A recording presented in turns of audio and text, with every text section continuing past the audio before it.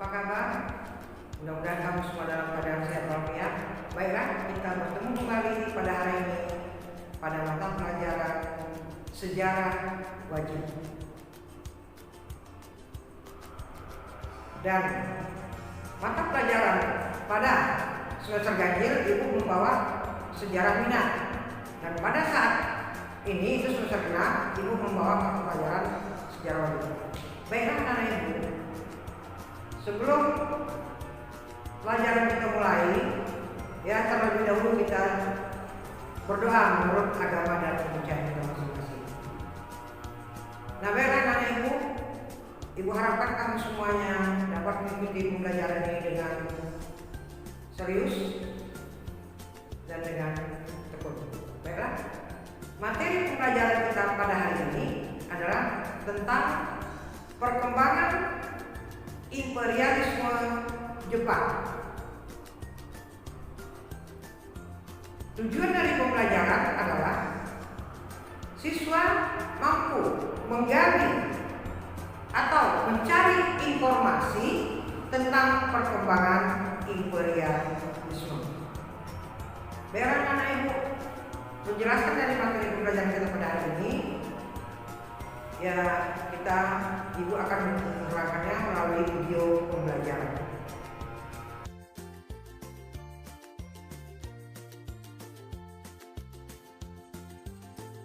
Perkembangan imperialisme Jepang.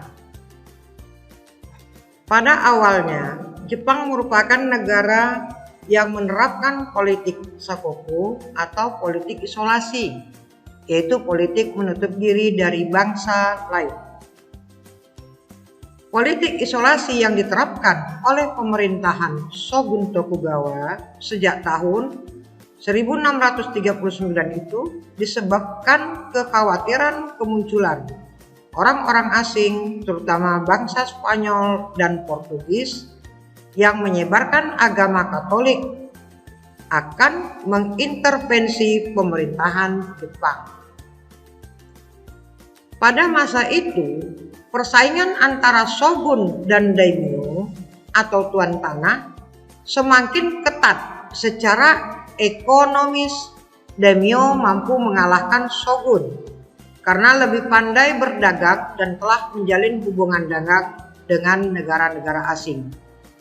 Shogun khawatir jika kekuatan daimyo semakin besar dapat mengalahkannya, maka Jepang melakukan politik isolasi.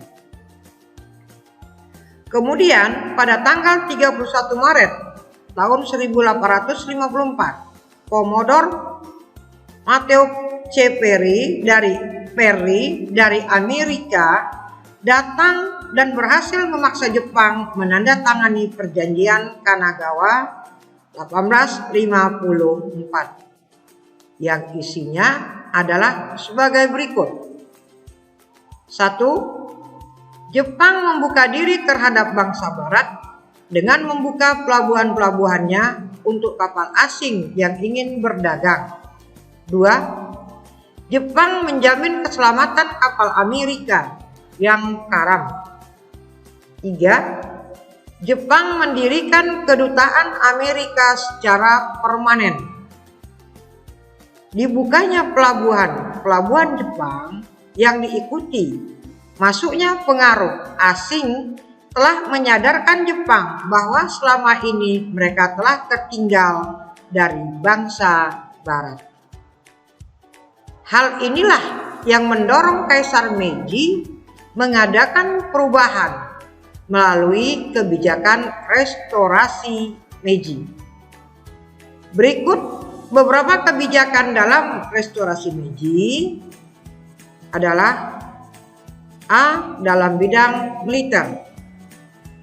1. Melaksanakan wajib militer untuk laki-laki berusia 21 tahun selama 4 tahun. 2. Membentuk tentara nasional. 3. Membeli berbagai perlengkapan senjata dari bangsa barat. B. Bidang pendidikan. 1. Melaksanakan wajib belajar dari usia 6 tahun sampai 14 tahun. 2. Memberikan beasiswa bagi pelajar Jepang yang belajar di negara-negara barat. 3. Mendatangkan guru dan konsultan pendidikan dari barat. C. Bidang ekonomi. 1. Membangun pabrik industri. 2. Membangun sarana transportasi dan komunikasi. 3. Membangun pelabuhan-pelabuhan Jepang secara modern. D. Bidang sosial. 1. Menghapus 4 kelas dalam sistem kemasyarakatan Jepang, yaitu bijaksanawan, petani, seniman, dan pedagang. 2. Menghapus sistem feodalisme dan menggantikannya dengan sistem pemerintahan pusat. Dalam kehidupan beragama, bangsa Jepang dikenal dengan memiliki kepercayaan Shinto yang mengajarkan perihal Hokko Ichiu. Dalam ajaran Hokko Ichiu dijelaskan, negara-negara di dunia merupakan satu keluarga besar dengan Jepang sebagai kepala keluarganya atau pemimpin. Dengan adanya doktrin Hokko Ichiu tersebut, Jepang mulai tumbuh menjadi negara modern. Oleh karena itu muncullah Jepang menjadi negara imperialisme. Beberapa usaha Jepang dalam membangun dan memperluas imperiumnya adalah sebagai berikut. 1. Perang Sino-Jepang tahun 1894 sampai 1895. Jepang menginvasi Korea yang sedang menghadapi banyak pemberontakan petani di negaranya. Korea meminta bantuan Tiongkok untuk menghadapi invasi Jepang. Akhirnya terjadilah perang antara Tiongkok dan Jepang. Peperangan diakhiri dengan perjanjian Shimonoseki yang isinya Jepang menguasai semenanjung Liaodong dan Taiwan. 2. Perang Rusia dengan Jepang tahun 1904 sampai 1905. Rusia tidak mengakui perjanjian Shimonoseki dan menyerang semenanjung Liaodong, akan tetapi Jepang tetap mengalahkan Rusia. Perang diakhiri dengan perjanjian Portsmouth yang memberikan Pulau Sakhalin dan Manchuria kepada Jepang. 3. Jepang menginvasi wilayah jajahan Prancis di Indonesia tahun 1941.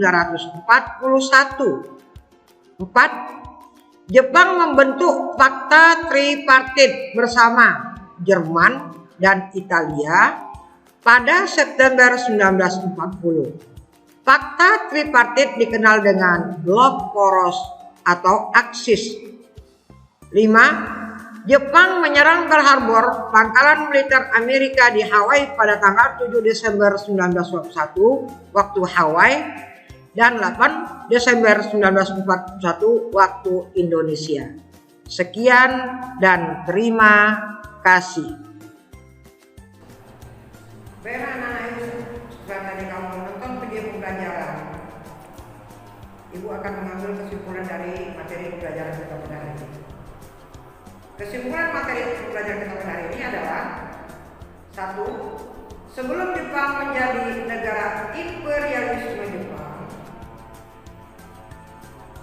Jepang merupakan negara yang menerapkan politik sakoku atau politik isolasi yang berlangsung sejak tahun 1639. Yang kedua, pada tahun 1854, Commodore Perry berhasil memaksa Jepang untuk menandatangani perjanjian Kanagawa. Jepang membuka diri terhadap bangsa Barat dengan membuka pelabuhan untuk kapal asing yang ingin berdagang. Kemudian yang ketiga, Jepang melakukan restorasi Meiji. Yang keempat adalah dalam kehidupan beragama Jepang memiliki kepercayaan Shinto yang mengajarkan perihal Hokko Ichi. Baiklah anak-anak, itulah kesimpulan materi pembelajaran secara singkat. Mudah-mudahan kamu dapat memahami pembelajaran kita pada hari ini. Kalau ada yang kurang paham, kita kembali ke Biskop dan kita berdiskusi melalui Biskop. Baiklah, untuk materi minggu depan tentang awal kedatangan Jepang ke Indonesia atau pendudukan Jepang di Indonesia. Baik, pesan ibu, tetap kamu jaga protokol kesehatan sehingga kamu tetap dalam keadaan sehat walafiat. Tetap semangat. Akhir kata diucapkan selamat pagi.